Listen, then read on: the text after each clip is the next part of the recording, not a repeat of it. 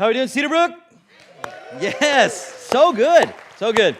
Hey, my name is James Brown. I serve you as one of your pastors here, and if you're new with us, I just want to welcome you. So glad that you are here. In fact, you showed up on a super awesome Sunday because we are wrapping up this teaching series called The Secret Sauce, right?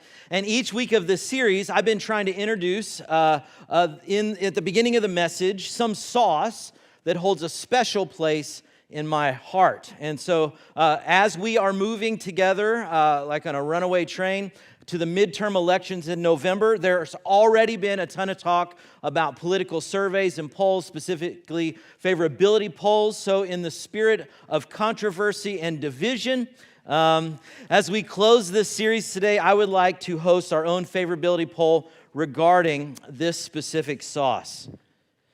Cranberry sauce. Cranberry sauce.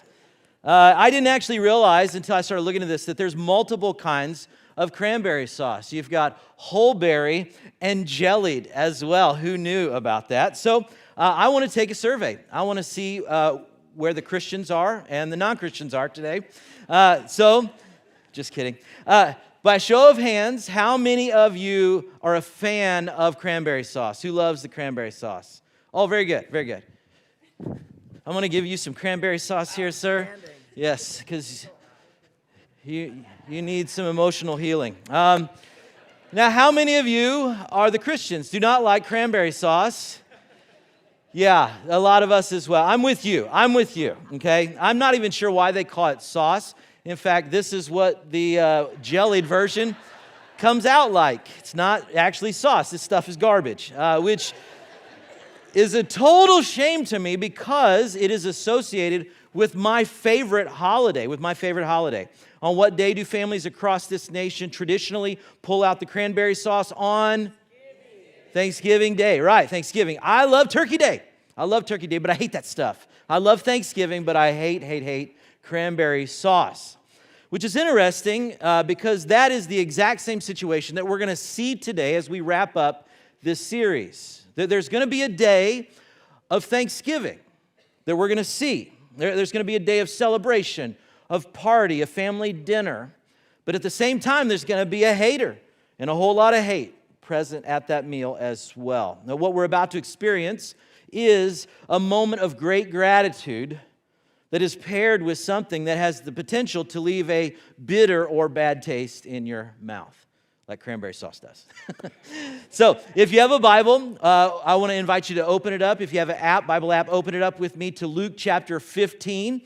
Because in this chapter, if you're new, maybe this is your first week of this series, let me just bring you up to speed a little bit. Because this chapter starts with a series of short stories. The first story is about a lost sheep, and then Jesus follows up telling another story that's about a lost coin. And then the third story begins with Jesus telling about a younger son who says to his father, "Dad, I want my share of the inheritance," which essentially is a first century way of saying, "Dad, I wish you were dead." This request would not have happened in the first century context. But in this thoroughly strange story, Jesus tells us that the father, for whatever reason, decides to grant this completely offensive request. And in doing so, the son takes the money and he heads off to a foreign land. He heads off to a far country and he blows it all. He blows the whole amount. And then in that moment of when he's destitute, he realizes that he'd actually be better off if he were back home again as a servant in his dad's house. It would be better than the situation that he finds himself in. So he decides to return home. And so his father sees him coming up the driveway, which I added that. There was no driveways then. But he sees him going up the driveway, and his father runs to him, which a first century Jewish patriarch would never, ever do. Totes undignified. Nevertheless, the father runs to his son, and he welcomes him home. And then he announces that there will be a great feast. And so he directs one of his servants to kill the fattened calf. Now, in those days, you wouldn't just kill a fattened calf. A lamb would be fine to feed a whole family. A fattened calf, on the other hand, pun intended, that would actually feed 100 people or so, which was the same size as a village in this day. So when he says kill the fattened calf, essentially this beast is for a feast that is meant for the entire surrounding area. The father hopes to offset the consequences of his son's departure, which were significant enough to impact the entire community. Now, if you start in verse 1 of Luke 15 and you start reading through these three stories, you might conclude that what I just talked about would be the logical endpoint of this parable, because it's the exact same spot that the other two stories end as well. Let me review. Maybe you remember. The ending of story number 1, the lost sheep, ends like this. Verse 5 says, and when he finds the sheep, he joyfully puts it on his shoulders and goes home. Then he calls his friends and neighbors together and says, rejoice with me, I have found my lost sheep. And then story number 2, the lost silver coin, ends this way. And when she finds the coin, she calls her friends and neighbors together and says, rejoice with me, I have found my lost coin. And then the ending of story number 3 sounds like it should be the lost son, verse 22. But the father said to his servants, quick, bring the best robe and put it on him. Put a ring on his finger and sandals on his feet. Bring the fattened calf and kill it. Let's have a feast and celebrate. For this son of mine was dead and is alive again. He was lost and is found. So they began to celebrate. Now, this is the exact same story 3 times. It's the same exact thing every single time. And the pattern is this. Something is lost, something is found, the community is called, and now it's time to P-A-R-T-Y. It's time to party, right? Same pattern in every one of these stories. Something is lost, something is found, the community is called, and now it's time to throw a party. So I'm imagining this scenario as Jesus gets to the end of the younger son's story, and I can almost picture him giving this crowd this dramatic pause, because what he just said was the obvious end. This is supposed to be where the story stops. But then, taking a deep breath, he begins to launch into this story's surprise ending. Now look at verse 25. Verse 25 says, meanwhile, which in the original language was in a world. Like that's how it should be hearing. Da-da-da, because the scene fades to black, and then slowly it fades in as an image of a figure starts walking toward the house. But who is it? Who is this person? It is the older son. Oh yeah, I totally forgot about this guy. He was there the whole time. There's 2 sons in this story. There's the younger son and the older son. There's son number 1, and there's also son number 2. Now, I don't know about you, but I've always been sort of fascinated by the birth order dynamics and the studies that surround that. It's amazing to me as I read through this story that Jesus is talking about just how dead-on accurate Jesus' parable is psychologically. Because in this story, there's the younger child, and we've looked at him in previous weeks of this series. And as is often the case, this kid in this story is a free spirit. He's a party waiting to happen. He loves the limelight. He loves when people pay attention to him. He wants to be the bride at every wedding and the corpse at every funeral. That's the younger kid. He can light up a room when he wants to be charming. And truth be told, though, he's kind of spoiled. He's a little immature. He's kind of entitled. He's kind of impulsive. He's pretty good at getting what he wants. I'm the baby. Gotta love me is kind of his mantra. The baby in the family, researchers say that's just the way they are. How many of you are the youngest? How many babies? A lot of babies. Good, good. Then in the story, we're also introduced to the firstborn, the older brother, and you know this boy well as well.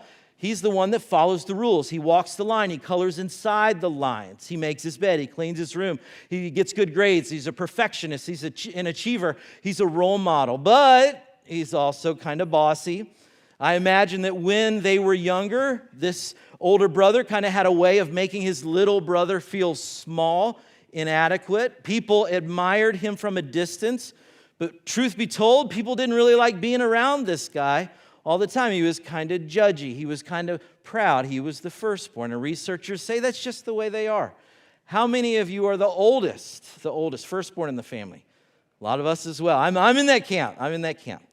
Now, I think it's important, though, to notice that there's not a middle child in this story. And I wonder if it's because the researchers also say that the middle children tend to be the healthiest and most well-adjusted children in the family. Yeah, I don't think so. Who are my middle kids in the house? Middle kids. Oh, good. Yeah, good. Just so you know, we will have people up here after the service to pray for your soul. So your struggle is real. Now, there's an older son and a younger son. And knowing older kids, it's no surprise then why he shows up where he shows up in this story. Because he's been working the whole time. Look at verse 25 again. It says, "Meanwhile, the older son was where? In the field." In the field. Of course he was in the field. He's the responsible one. And since the younger son's been gone, he's been picking up the younger brother's slack. His younger brother has abandoned all his farm work. So he's doing it. And now that the workday is over, he heads back toward the house. And it says, "And when he came near the house, he heard music and he heard dancing." Now, since he is able to hear the sound of music and dancing from a long way off, that means that there's a pretty good party going on, right? There's probably some Avicii-esque DJ who knows how to get people's booty shaking on the dance floor, teeing up tunes and cranking out the hits, everything from the electric slide. Oh, yeah. Also, the YMCA is probably happening, and the cha-cha slide. Everybody clap your hands. Okay, you're going to leave me hanging. All right, fair enough. He's walking up and he's hearing all of this stuff. Verse 26, the older brother is walking up. He hears Footloose blaring from inside the house. So he calls one of the servants and he asks, "What is going on?" In verse 27, "Your brother's come home." The servant replied, "Your father has killed the fattened calf because he now has him back safe and sound." And in that moment, hearing Footloose, something in that older son broke loose that had been locked away and hidden from sight. Because hearing this news caused something sinister to begin bubbling up in him. Sinister began bubbling out of him, bubbling over the surface of his emotions. Something erupted in him. Something that he had kept hidden for a long, long time. Verse 28 tells us what? The older brother became angry. And as a result, he refused to go in. And this anger that this older brother has is a very specific kind of anger. It's a self-righteous anger.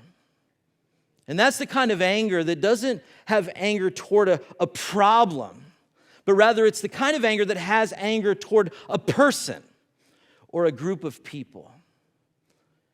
And of all the people that are in this story, this older brother is the one that I relate to the most. And maybe you do as well, because there's different areas at which we can shoot our angry thoughts and our angry intentions. And the reality is some of you have, as you look at your workplace, the younger brothers that are there that may be passing you by, passing you up, and you are angry not at what your plight is, but at them for what they've done to you, and you feel justified in that anger. This righteous anger has shown up, this self-righteous anger has shown up a ton when it comes to politics. That as we stand on the right or we stand on the left and look across the aisle and shoot our anger not at a problem but at a person or a people, we feel justified in that anger toward them because they're wrong and we're right. I mean, maybe even for some of you, you have people in your own family, younger brothers. They may be younger, they may be older. And your parents continue to go to bat for them. They continue to write checks to them. They continue to kill the fattened calf for them while you're out in the field working the whole time. And as a result, you shoot your anger not at that problem, but at that person. At that person. And you feel justified in that. because you're right and you did it right the whole time. And maybe you are right in that. Maybe you are. This older brother thought he was right. I mean, that's the reason that when it comes to this party, he's like, yeah, I'm out. I don't want any part of this party. Everybody else wants to celebrate my little brother's return home, and that's fine, but not me. I'm not going to do it this way. I'm not going to give him that. This older brother has gone all cranberry sauce. He's bitter. He's angry. He's resentful. And as a result, he refuses to celebrate. He's not going into the party. He can't go into the party. Why? Because he's the one who saw this whole thing materialize. Because he's the one who watched his younger brother basically spit in his father's face and say to him, I wish you were dead. He's the one who watched his younger brother cash out the inheritance and take the money and run. He's the one who stayed home while the younger brother went away and squandered their property. He's the one that remained obedient while the younger brother was disobedient. He's the one who had to watch his father day after day, pacing the floor, looking out the window, going out to the front porch, hoping that his son who had betrayed him would finally come home. He's the one who had to watch all that, who had to observe all that, who had to bear the weight of all that. So yeah, says the older brother, I don't exactly see any kind of reason for a party. So here we have this older son standing outside the party. He's kind of kicking rocks around, muttering under his breath. And against that backdrop, something absolutely incredible happens. Don't miss this part of the story. It's in the last part of verse 28. Verse 28 says again, the older brother became angry and refused to go in. Look at this. So his father went out and pleaded with him. First, in this story, the father went to his younger son, and now he goes to his older son as well. The father leaves the party to try to convince his older son to join the party. And in that process, he gives the older son some space to make his case. Verse 29, but he, the older son, answered his father. He said, look, all these years I've been slaving for you and never disobeyed your order. Never? Really? You're the perfect kid. First one in history. Exactly. Yet you never gave me even a young goat. He's like, where's the beef, Dad? No young goat for me. And I'm thinking, a goat, really? That's all you wanted was a goat. I've had goat. It's not that great. Okay? That's what you wanted this whole time? You wanted a goat so you could celebrate with your friends. And look, he continues on, verse 30. But when this son of yours, not my brother, but when this son of yours who has squandered your property with prostitutes, I'm telling Mom, comes home, you kill the fattened calf for him. It's Thanksgiving, and this guy has a mouthful. He has a heart full of bitter cranberry sauce. So how does the father respond to these accusations? Look at verse 31. He said, my son. The father said, you are always with me, and everything I have is yours. But we had to celebrate and be glad because this brother of yours was dead and is alive again, and he was lost, and now he is found. And then the older brother has an amazing moment of enlightenment. Look at verse 33. The older son replied, he said, wow, thanks, Dad. I never thought about it like that. I'm such a moron. Can I get you an ice cold lemonade to drink? And then in verse 34, the dad is like, oh, that's my boy. Now go give your brother a hug. Is that what happened? That's the Disney version, right? Is that what happened? Not even close. Not even close. How's the story actually end? The older son says, you've never given me a goat so my friends and I could party. And the dad responds, he says, but you've always been with me. You've always been with me. You've always been in my presence, and everything I have is yours. Everything is yours already. So come on into the party. Scene. Then it's over. The end. What? No. Why would this happen? Why does Jesus leave this story unresolved? Why does he just leave the Father's words hanging there in midair? I mean, we don't ever get to find out whether this older brother ever decides to join the party. We don't know how it ends, which forces us to ask the question, why would Jesus leave the story like this?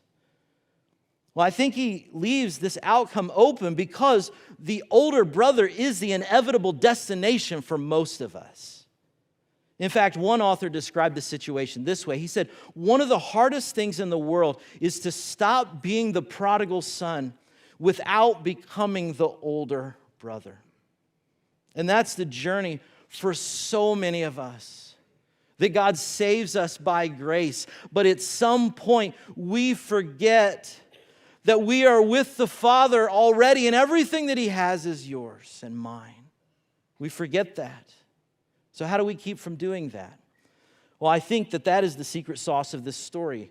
In fact, one of the reasons that I think Jesus ends this parable with the words of the Father is because the Father is actually the hero of the story. You see, the reality is at different points along our journey, many of us will ping pong back and forth between both brothers. A lot of us will be the younger brother and the older brother in our life. At some point we'll be rebellious, and then we move to being self-righteous, and then we move back to being rebellious and self-righteous in the various aspects of our existence. But here's the secret sauce.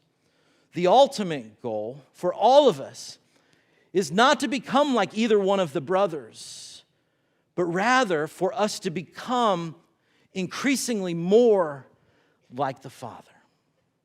To become like the Father, welcoming the rebellious and the self-righteous among us into our lives or back into our lives. To become like the Father, living open arms wide and no condemnation, no judgment in our hearts. To become like the Father, offering only love and mercy and grace to those who need it most. In fact, I would argue that one of the ways that you know you've discovered the secret sauce of God's grace is that you are able to welcome home people who have sinned, and even those people who have sinned against you. You see, that's what the Father did for both of his sons. And that's what God has done for each one of us as well. Here's the big idea for today. Although we most likely resemble one or both of the brothers, we should seek to emulate the Father. You see, all of us look like the brothers, but we should strive to be increasingly more like the Father. And so the question that I want to ask as we end this series is simply this: is that true of you? Are you increasingly looking more and more like your heavenly Father when it comes to the grace and the mercy and the forgiveness that he dispenses to us? Are we a reflection of that to others in this world? Is it true of you? If not, it can be. The first step is to turn or return to the Father because he's already running toward you.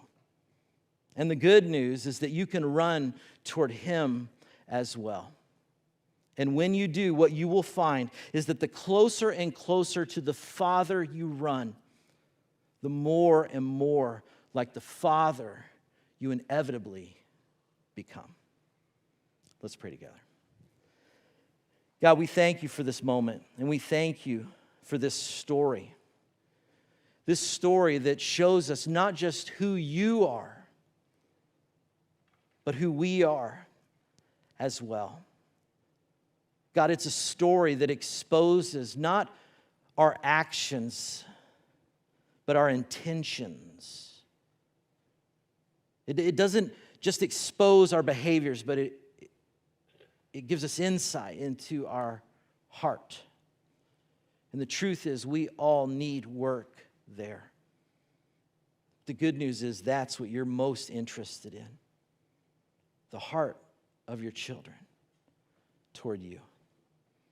And so, God, we're so grateful that you are a God who pursues us.